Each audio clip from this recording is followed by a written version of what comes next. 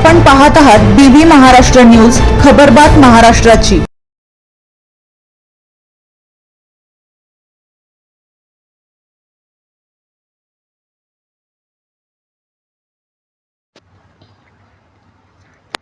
चार 4,000 कोटींच्या निविदांमध्ये भ्रष्टाचाराचा आरोप, एसआयटी चौकशीसाठी आमदार सुहास अण्णा कांदे यांचं ठिय्या आंदोलन।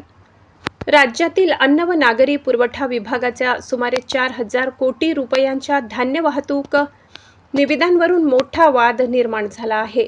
या निविदा प्रक्रियेत भ्रष्टाचार झाल्याचा गंभीर आरोप करत नांदगावचे आमदार सुहास अण्णा कांदे यांनी मुंबईतील विधान भवनाच्या पायऱ्यांवर ठिय्या आंदोलन केले। या प्रकरणाची एसआयटी मार्फत चौकशी करण्याची त्यांनी जोरदार मागणी केली आहे। आमदार सुहास कांदे यांनी आंदोलनादरम्यान सरकारविरोधात घोषणाबाजी करत निविदा प्रक्रियेतील कथित अनियमिततेवर प्रश्न उपस्थित केले।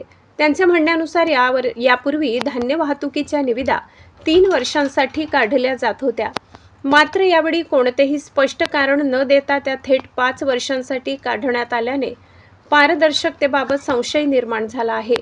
कांदे यांनी आरोप केला आहे की धान्य वाहतूक वाहनांची तपासणी करण्याचे अधिकार जिल्हाधिकारी, प्रांताधिकारी, तहसीलदार आणि नायब तहसीलदार यांच्याकडून काढून केवळ अन्न व नागरी पुरवठा विभागाकडे देण्यात आले आहेत। त्यामुळे गैरव्यवहाराला खतपाणी मिळत असल्याचा त्यांचा दावा आहे। तसेच वाहतूक दर वाढवूनही हमालीचा समावेश करण्यात आलेला नसल्याने राज्यातील सुमारे 2 ते 2.5 लाख माथाडी कामगारांच्या रोजगारावर परिणाम होणार असल्याचा मुद्दाही त्यांनी उपस्थित केला। गेल्या 12 वर्षांपासून मोजक्याच ठेकेदारांना सातत्याने कामे मिळत असून स्पर्धात्मक निविदा प्रक्रियेला हरताळ फासला जात असल्याचा आरोपही त्यांनी केला। आंदोलनादरम्यान आमदार कांदे यांनी समीर भुजबळ यांच्यावरही थेट आरोप केले। अन्न व नागरी पुरवठा विभागातील महत्त्वाचे निर्णय त्यांच्या प्रभावाखाली घेतले जात असल्याचा दावा त्यांनी केला। तसेच या प्रकरणाची निष्पक्ष चौकशी करून संबंधितांची जबाबदारी निश्चित करण्याची मागणी केली। बीबी न्यूज महाराष्ट्रासाठी विभागीय संपादक मारुती जगधने।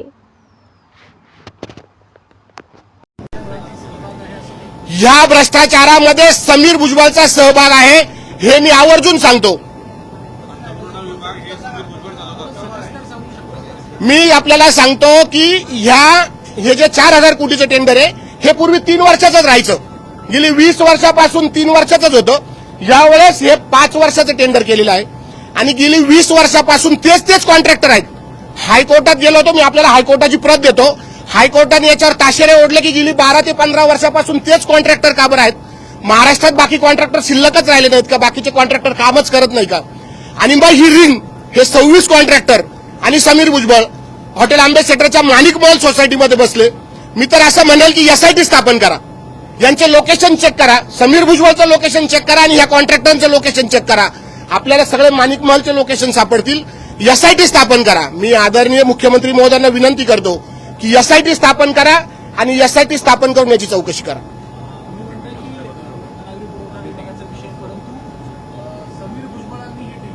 समीर भुजबळांनी जी डील केली,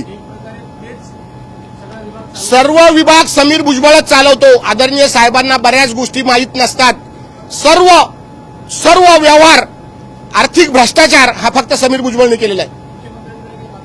आम्ही मुख्यमंत्र्यांकडे मागणी करणार आहोत। मी आपल्याला अभिमानाने सांगतो की गेली 3 वर्षापूर्वी आदरणीय मुख्यमंत्री जेव्हा विरोधी पक्ष नेते होते तेव्हाही त्यांनी हे पत्र दिलं होतं। आपल्याला त्याची प्रत लागत असेल तर ती मी देतो।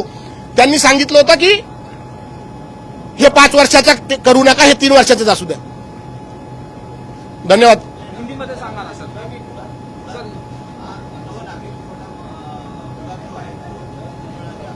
यस,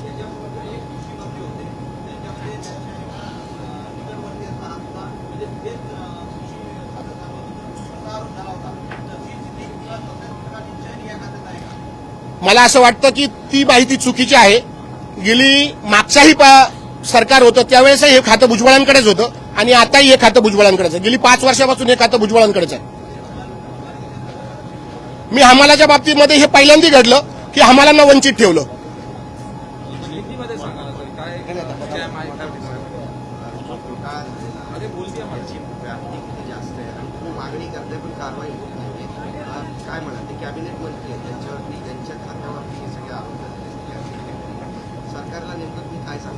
मी सरकारला ही विनंती करेल की याची एसआयटी स्थापन करा। याचा जो 600 कोटीचा भ्रष्टाचार समीर भुजबळने केलेला आहे त्याच्यावर गुन्हा दाखल करा, एसआयटी स्थापन करा आणि माणिक महलमध्ये झालेली मीटिंग कॉन्ट्रॅक्टरांची आणि समीर भुजबळची याची चौकशी करा. माझ्याकडे सगळे पुरावे आहेत. मी बरेच पुरावे कोर्टात दिलेले आहेत आणि कोर्टाने ह्या टेंडरला स्टे सुद्धा दिलेला आहे. आपल्याला त्या कोर्टाच्या प्रती लागत असेल, आदरणीय विरोधी पक्षनेते आत्ता जे मुख्यमंत्री होते, तत्कालीन विरोधी पक्षनेते होते, त्यांनी दिलेलं पत्र याची सुद्धा माझ्याकडे प्रत आहे.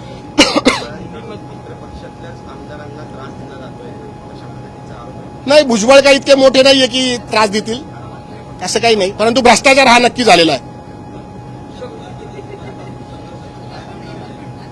नाही, आता मी भ्रष्टाचारावर संघर्षाला मी त्यांना पाडलं निवडणुकीमध्ये. आता मी